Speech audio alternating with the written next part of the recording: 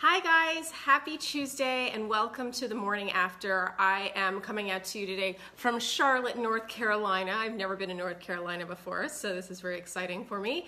And yeah, I'm excited to talk about episode 3 with you guys. I thought this was a really good episode.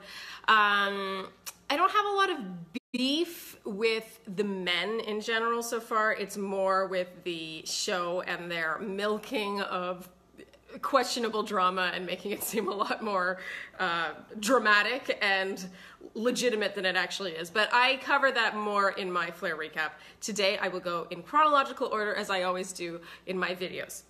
So I'll start off with the group date where of course, Tia and Colton are just coincidentally on the same group date.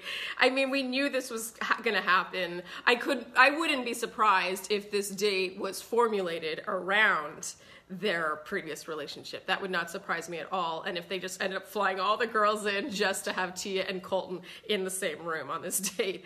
What I loved was Tia's face. Her face said it all. You know, the minute he walked in, or the minute she heard that he was going to be there, she was like,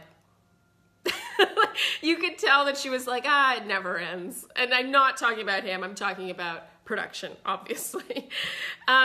I've always liked Tia, and I continue to. What I like is that she was very honest about the Colton thing when she really didn't have to be. She did not have to paint him in a positive light, but she was careful to say that he told her early on that he had applied for the show, so she didn't make it sound like he had misled her. And she did mention that he's in Denver and she is in Arkansas, the gist being we're in different cities, like where was this really going? But then that made me wonder how they met. Did he slide into her DMs? He must have seen her on the show somehow. And so then it starts to get questionable again because we knew, like, he must have known he was gonna possibly be on the show. So I'm not trying to like rake him over the coals over this, but I still think it's just kind of a little sketchy, but you know, what are you gonna do? Becca got over it, so I guess I can too.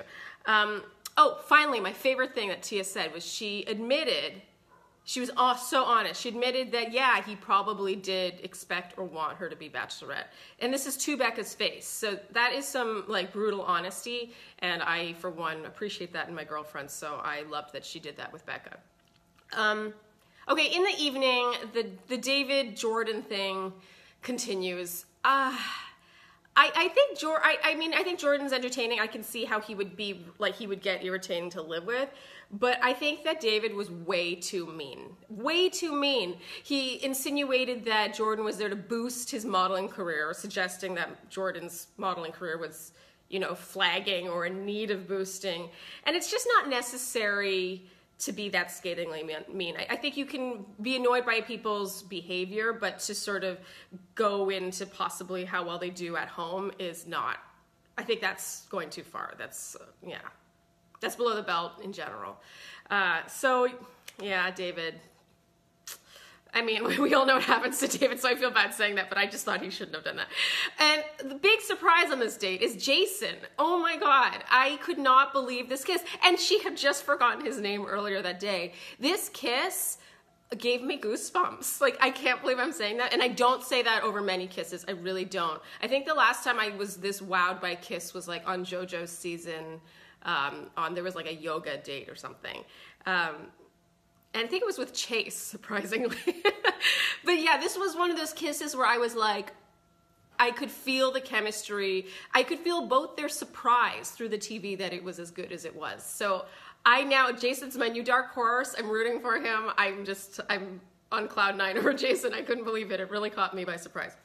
Okay, so Chris gets the one-on-one. I feel bad for Chris. I do. I wouldn't want that as my one-on-one either. If it's the first date, like, they probably know 5 to maybe 10 things about each other, and suddenly they have to write lyrics about their feelings for each other.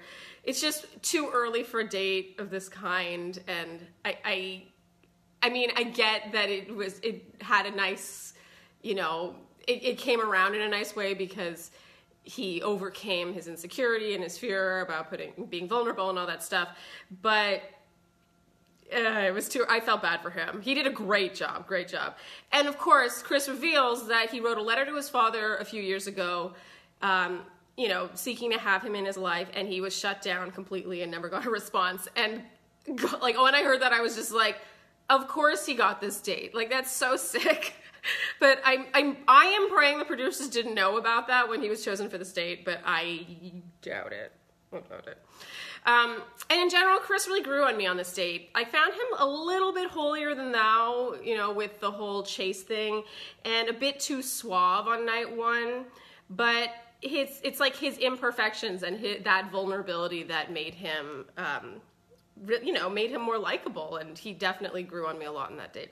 That said, he's still not in my final four this week. I just don't see him making it to the end with Becca. Okay, group date.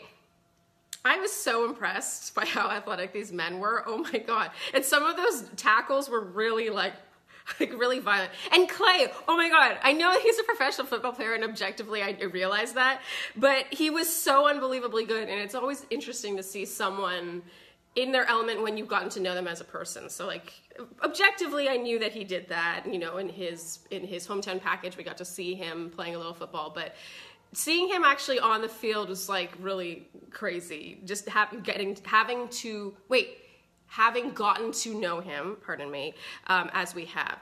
And I kind of feel like this is how people's reactions tend to be when they hear me sing for the first time, when they've gotten to know me as a person. They're like, wait, you do that? That's kind of weird. So it was just neat to see him do that. It was weird and cool. And it was kind of ironic and sad that the pro football player in the group is the one that got injured. And that it was, you know, it was like a Bachelorette football game. It's like, of all places. Yeah, it sucks. And then, okay, in the evening, Becca says to Garrett, I hated the group dates, but you do really well. I love it. I love Becca's willingness to make confessions like this. You never would have known that on group dates she was unhappy or hated them. And she did receive that first one-on-one, so she would be in that position of having it taken away from her. But what I really like is that she can admit that, and that, again, it breaks that fourth wall ever so slightly. It continues to make her so relatable. She's just great. Okay. And in the rose ceremony, finally, Clay goes home. This was sad. We knew he wasn't gonna win. I don't want to be a dick here, but like we knew he probably wasn't gonna win based on the chemistry there. But you know, it does save her having to send him home later. It just sucks that he didn't get to enjoy his ride on that show a bit longer because he was such a teddy bear. He was so sweet. Okay, that's it for the morning after.